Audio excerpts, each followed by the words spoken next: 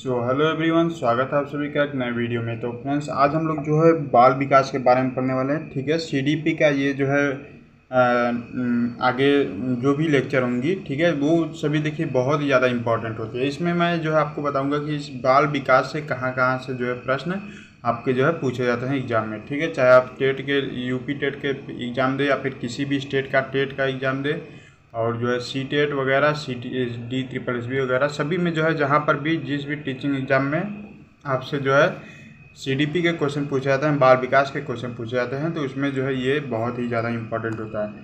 ठीक है, सबसे पहले देखिए बाल विकास होता क्या है। ठीक है, यानी कि बाल विकास का मतलब होता है बालक का विकास। ठीक है, अब ये बालक का विकास जो है कई तरह का होता है। ठीक है, बालक मतलब बालक के यहाँ से जो है अधिगमकर्ता को समझ सकते हैं हम, अधिगमकर्ता का विकास या फिर बालक का विकास। ये जो है शारीरिक विकास भी हो सकता है, सामाजिक विकास भी हो सकता है, संवेगात्मक विकास भी हो सकता है। ठीक है, या फिर जो है मानसिक विकास भी हो सकता है। ठीक है, तो सभी विकास के बारे में हम जो है बात करेंगे। ठीक है, अब देखिए बाल विकास दो तरीके से होता है। एक होता है वृद्धि होता है। ठीक है, जैसे विकास करेगा कोई भी बालक तो उसकी जो है वृद्धि भी होगी और जो है उसका विकास भी होगा। ठीक है, वृद्धि और विकास दो अलग अलग चीज़ें होते हैं। ठीक है, इसको जो है कुछ लोग समझते हैं कि वृद्धि और विकास दोनों एक ही चीज़ है, लेकिन एक ही चीज़ नहीं होता है मित्रों।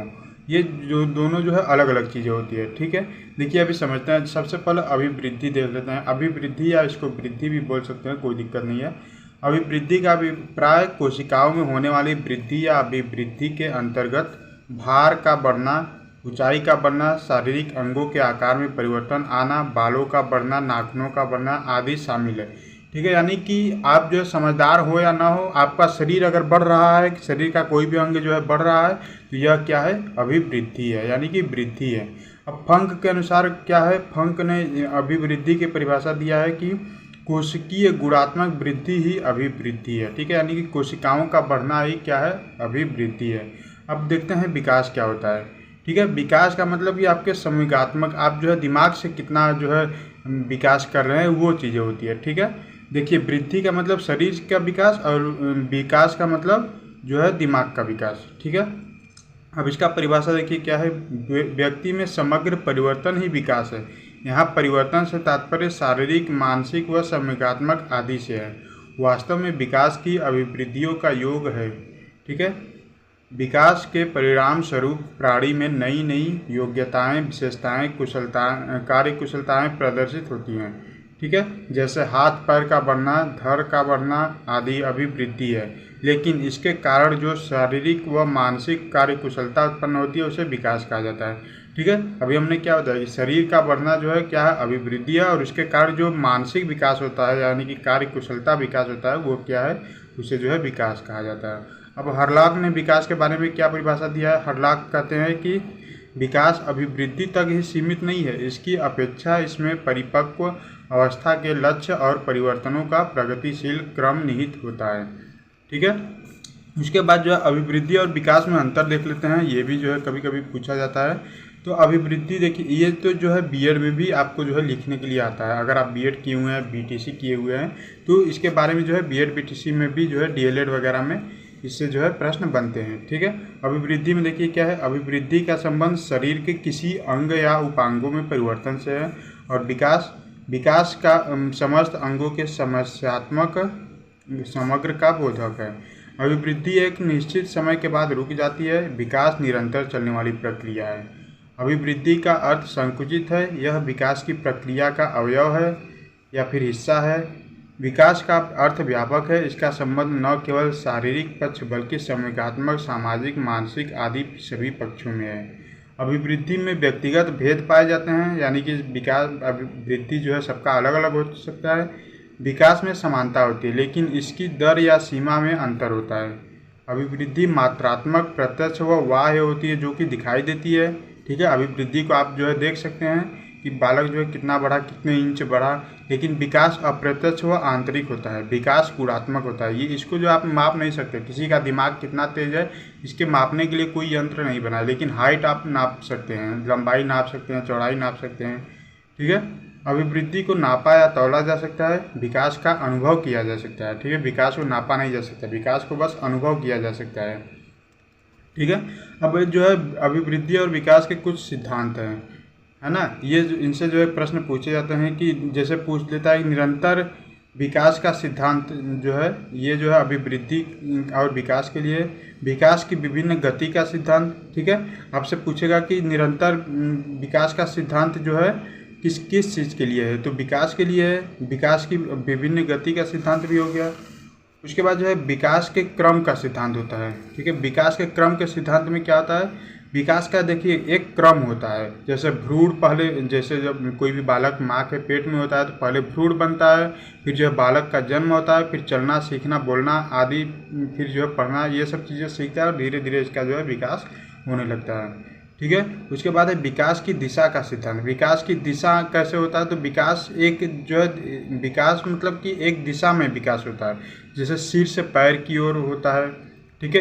अब इस सिर से पैर की ओर जो होता है उसको जो है कई नाम दिए जाते हैं, मस्तकोद्मुखी या सिरोपुंज विकास, ठीक है। सिरोपुंज मतलब कि सिर से पैर की ओर, सिर मतलब सिरो मतलब सिर और पुंज मतलब पैर, सिर से पैर की ओर जो विकास होता है उसे सिरोपुंज विकास कहते हैं।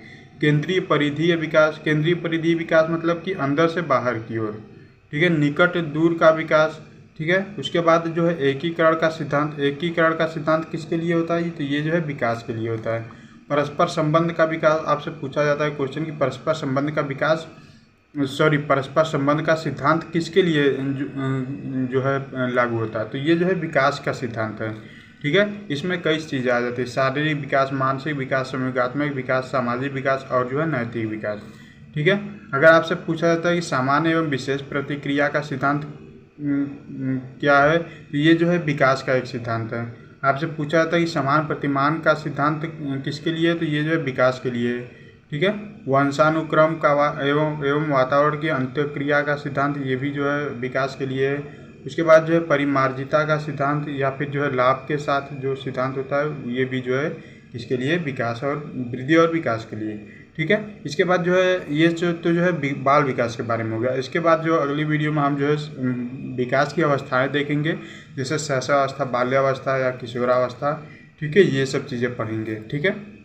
अभी मैं आपको जो बाल्यावस्था ये सब विकास की अवस्थाएं बता देता हूँ। देखिए यहाँ पर जो है ये थोड़ा सा जो है लंबा है। अभी देखिए इसको तो जो है आप लोग शॉर्ट में ही देख रहे हैं, ठीक है। जब इसके बारे में पढ़ेंगे शैशवावस्था क्या होता है, शैशवावस्था की विशेषताएं क्या होती है, शैशवावस्था में विकास कैसे होता है, फिर उसके बाद बाल्यावस्था, बाल्यावस्था के जो है क्या लक्षण होते हैं, बाल्यावस्था में विकास कैसे होते हैं, बाल्यावस्था की विशेषताएं क्या होती हैं, ठीक है। तो ये सब जो है थोड़ा सा लंबा टॉपिक है, ठीक है। अभी आप ये जान लीजिए कि शैशवावस्था कितने वर्ष तक होता है, जन्म से 5 या 6 वर्ष तक होता है, ठीक है।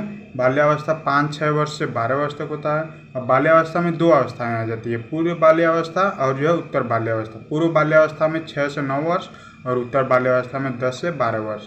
किशोरावस्था में 13 से 18 वर्ष, ठीक है। किशोरावस्था में 2 अवस्थाएं आ जाती है, पूर्व किशोरावस्था और उत्तर किशोरावस्था, ठीक है। पूर्व किशोरावस्था जो है 13 से 16 वर्ष और उत्तर किशोरावस्था 16 से 18 वर्ष तक होता है।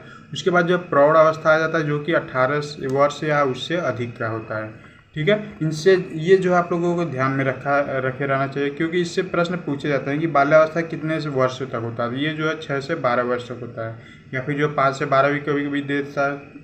आपसे पूछा जाता है कि पूर्व किशोरावस्था कितने वर्ष तक होता है, तो ये जो है 13 से 16 वर्ष तक होता है, ठीक है। इन सब चीज़ों को आप लोग जो है ध्यान में रखिएगा। ये जो है बाल विकास के बारे में हमने पढ़ लिया।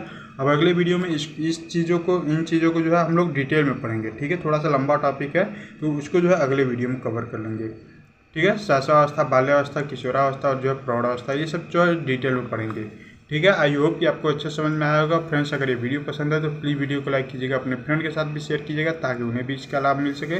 और अगर आप चैनल पर पहली बार आए, चैनल को सब्सक्राइब करके बेल आइकन को प्रेस कर लीजिए।